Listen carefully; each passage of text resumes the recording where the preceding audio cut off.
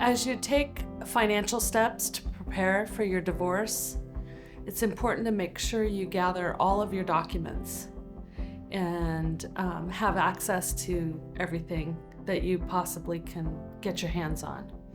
So that starts with like your pay stubs for the current year, your W-2s, 1099s, income tax returns, and I'm talking complete income tax returns for the last 2 years, and any financial statements. So I usually think of starting with real estate, so any appraisals you have on your real property, or if you've had like a comparative market analysis or the assessed value, and you can look up Zillow and Redfin, just have all that lined up.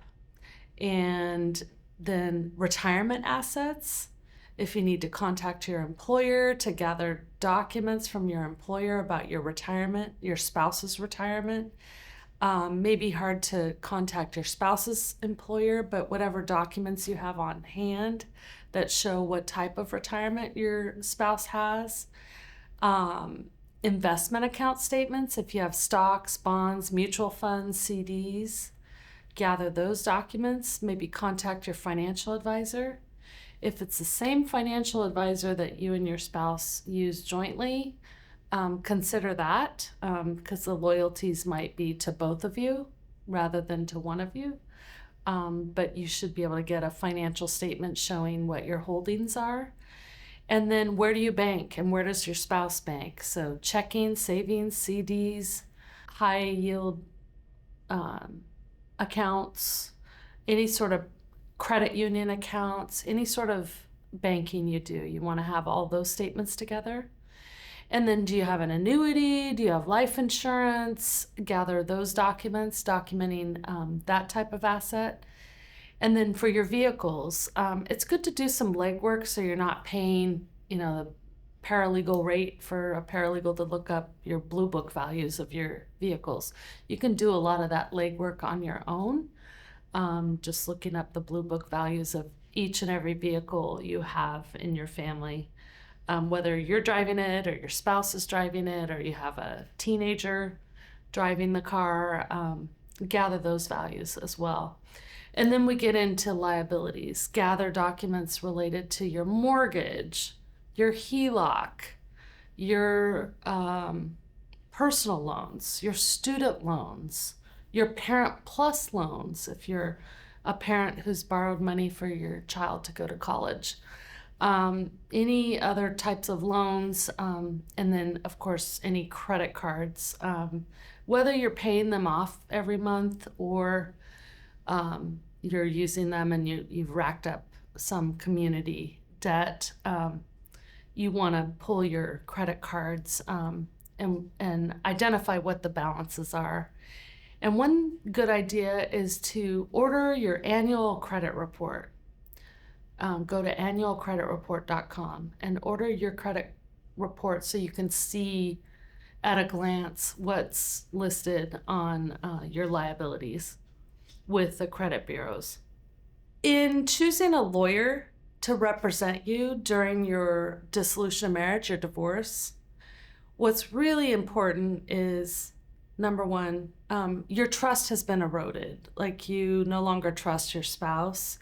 And probably that evokes in you like a sense of who do I trust? Who can I trust? So you want a lawyer who can step into your shoes, who understands your story, like where you've come from, where you're headed, what your high-end goals are. So what your immediate needs are, what your worst case scenario, like where you definitely don't want to end up, and then what's your ultimate goal. Have a lawyer who understands all that.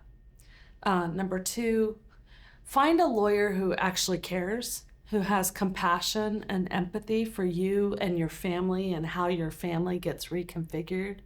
Because at the end of the day, the lawyer goes away and you're left living your life and you want that life to be good. So choose a lawyer who's in it for that why and not that it's just business for them, but they actually care about you and your family.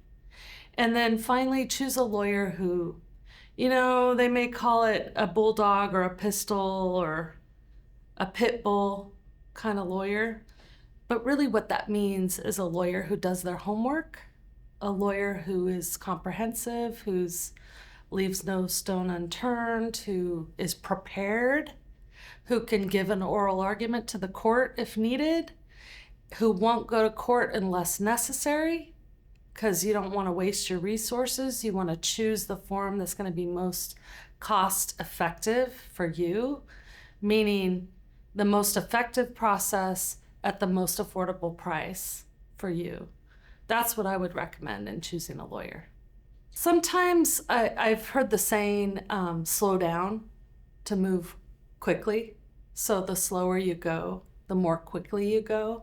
And a lot of times I think that's because in divorces, people are often early on in the divorce process in a cloud. And I can say this because I've been through it. So as an adult child of divorce, I thought I knew all about divorce. It wasn't really until my own divorce that I realized what it meant to be in a cloud. Like, you're really not thinking clearly. Your whole world is upside down. What you had hoped for in your future is no longer possible. And sometimes people want to make decisions too quickly to eliminate the pain that they feel. And that's a mistake.